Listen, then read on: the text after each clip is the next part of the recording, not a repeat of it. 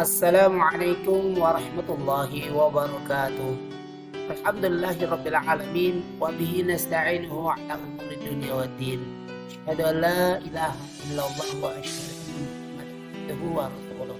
Allahumma shalli ala sayyidina Muhammad wa ala ali sayyidina Muhammad. Alhamdulillah, segala puji bagi Allah. Pada kesempatan yang berbahagia ini, insyaallah kita akan lanjut membahas atau membacakan kisah hikmah Islami yang bisa kita jadikan teladan dalam kehidupan kita sehari-hari. Tentunya kisah kali ini akan sangat menarik untuk kita bahas. Kenapa? Karena ini sangat berkaitan erat dengan kehidupan keseharian kita.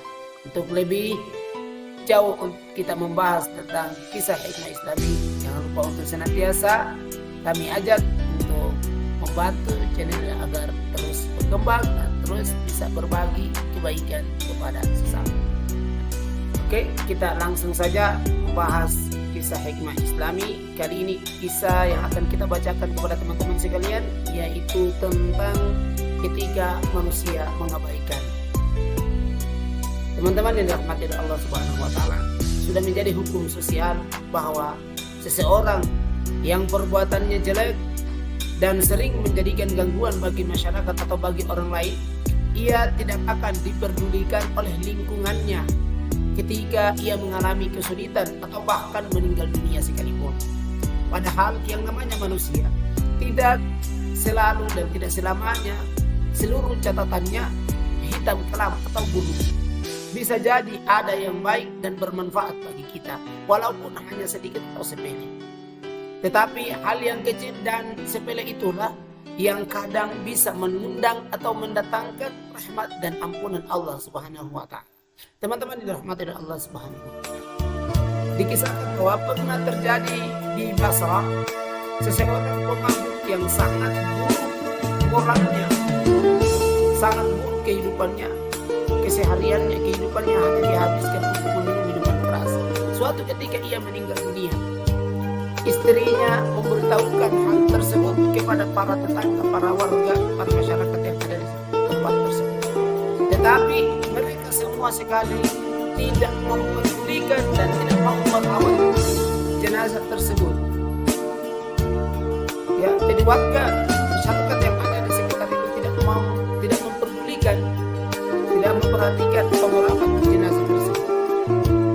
Karena itu ia memanggil 4 orang buruh upahan untuk merawat jenazah tersebut dan kemudian membawanya ke musola.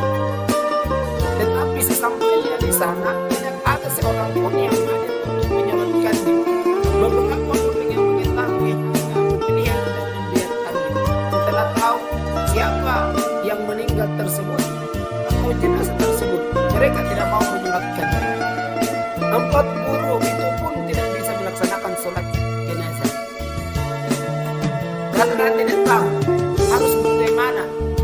Istrinya itu memerintahkan orang-orang upahan itu untuk membawanya ke pinggiran hutan dan menguburkannya di sana. Tidak jauh dari hutan tersebut ada sebuah bukit yang di sanalah seseorang yang soleh dan sangat zuhud menyendiri untuk beribadah kepada Allah. Ia tidak pernah turun dan berkumpul di masyarakat kecuali untuk sholat Jumat secara bersama. Entah bagaimana asal muasalnya, tiba-tiba orang itu turun dari gunung dan mendatangi jenazah tersebut, sang pemabuk yang tengah digali kuburannya itu. Dan ia menyolatkannya. Setelah itu ia duduk menunggu untuk mengamalkannya. Peristiwa turunnya sang saleh dan zahid dari pertapaannya itu dari atas bukit tersebut menjadi berita atau menggemparkan bagi masyarakat sekitarnya. Mereka merasa takjub dan keheranan sehingga datang berduyun-duyun ke pinggiran hutan tersebut.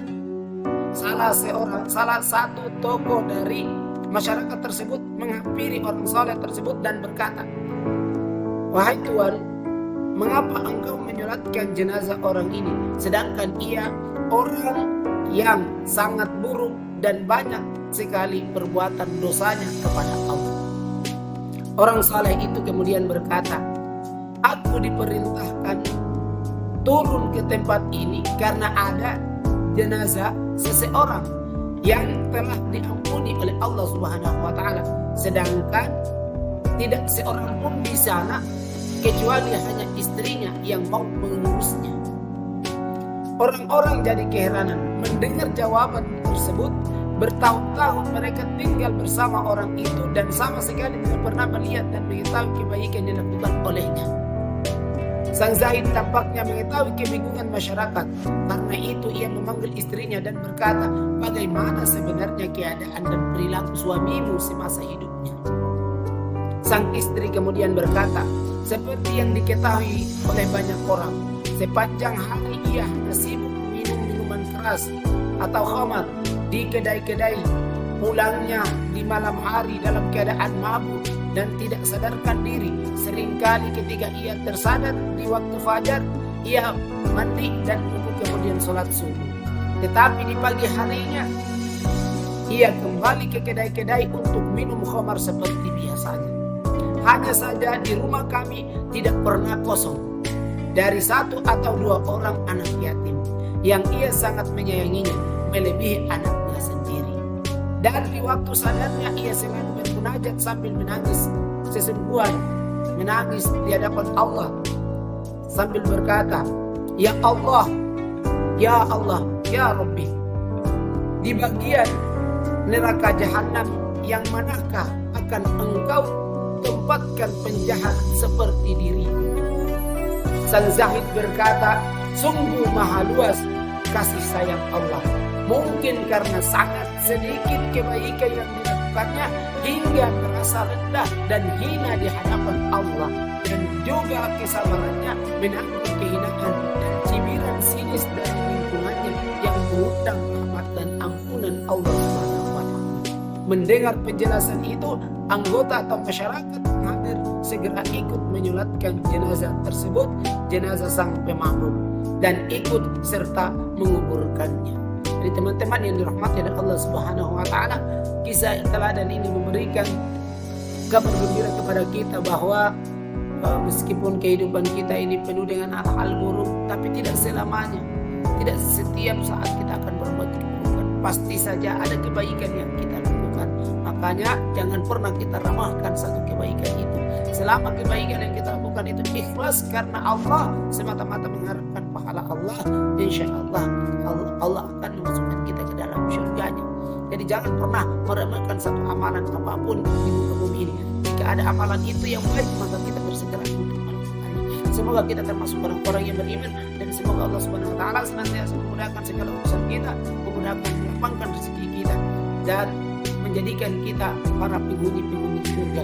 Amin ya rabbal alamin. Terima kasih yang sudah telah membantu mengembangkan channel ini. Kami doakan semoga Allah memudahkan segala urusan kita, baik di dunia maupun di akhirat. Jazakumullahu khairan wa barakallahu fikum. Assalamualaikum warahmatullahi wabarakatuh.